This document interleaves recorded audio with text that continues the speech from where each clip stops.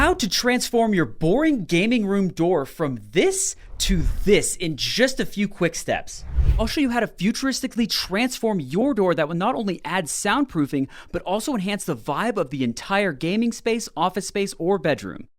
Hey guys, it's AprilMayRain. You are looking awesomely beautiful today, here to walk you through the entire installation process with including all sources to all materials and tools that I used. Please watch all steps before attempting to futurize your door. This install won't damage your door, but please get permission from the important ones you reside with. And with that, let's begin. First, you'll need to deep clean your door. Do not skip, skimp, or skibbity on this step. I'm serious, guys. I'm talking hot water, soap, front to back, side to side, like you're waxing a snowboard. Also, you'll want to clear some space around your door to work in before you commence the door futurization. It's now time to grab your 2 packs of hexagonal soundproof panels, double-sided tape, scissors and tape measure, and a pencil. Measure the top of your door and mark the middle with a pencil, and do the same for the bottom of the door as well. Now grab the leveler. This is going to be used to draw a straight line from the top middle of the door to the center. Do the same starting from the bottom, but just make sure you have a line going straight down the middle of the door. Time to crack open the panels on either a workbench, table, or the floor. You just need to be close to the door where you're working in.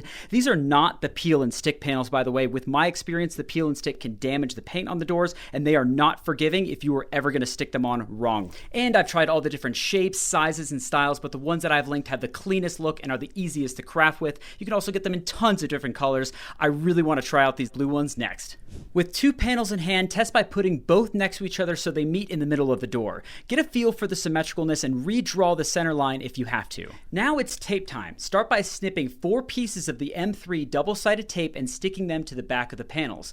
I use this diagonal method, but I recommend full squares and actually removing the strip guard before your snip. It actually really helps. I recommend tape on 3 of the sides and 1 in the middle for good adhesive coverage. And with your first 2 panels, line them both up to the center while using the top pointed end to line up to the top of the door as a guide to where to place them. Once aligned, begin pressing firmly on all sides and in the middle. Make sure to keep in mind any sloped areas on your door like mine to work around. Continue until you have all of the panels that you can placed on your door without any panels overlapping onto the door frame or covering any of the hinges. Make sure you're tip to tipping and aligning your edges, so it should look something similar to this once you've placed as many panels as you can without sawing. Yes, sawing is going to be the next step. So grab the electric cutting saw, some cleaned heavy-duty gloves, a shallow box to work in, and some high-grit sandpaper. Grab a panel and hold it on the edge so it still fits snug with the other panels but hangs off the door. Using your pencil, draw a line on the back side of the panel to mark where we're going to make our first cut. With the box as your base, hold down the panel and use the saw to cut along the line.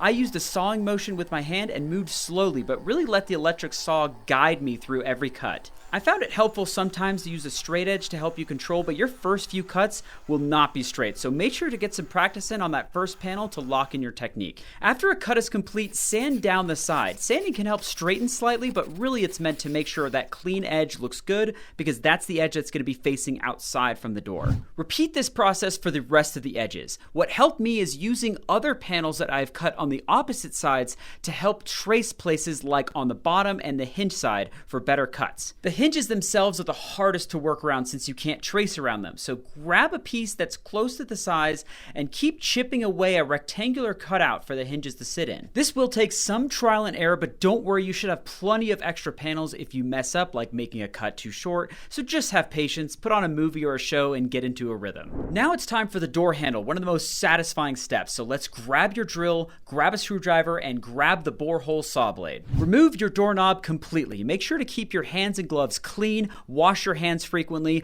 Doors are greasy. You do not want to get your fresh new panels greased up. I lost 2 panels just by getting them dirty. RIP. Confirm that your borehole saw blade fits through your doorknob hole, which should be 2 1/8 inches or 5.4 centimeters. Use the pencil to trace the doorknob hole onto the back of the last panel. Drill through the panel, making sure not to drill through your workbench or knock over your tripod during the process.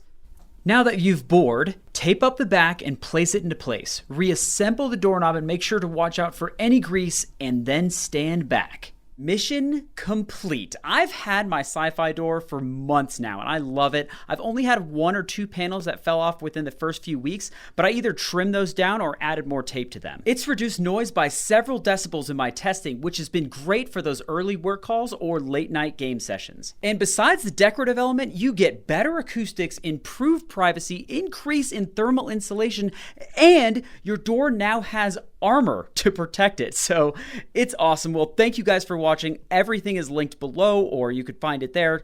Let me know if you have any questions. And as always, stay awesomely beautiful and hope I'll see you once again.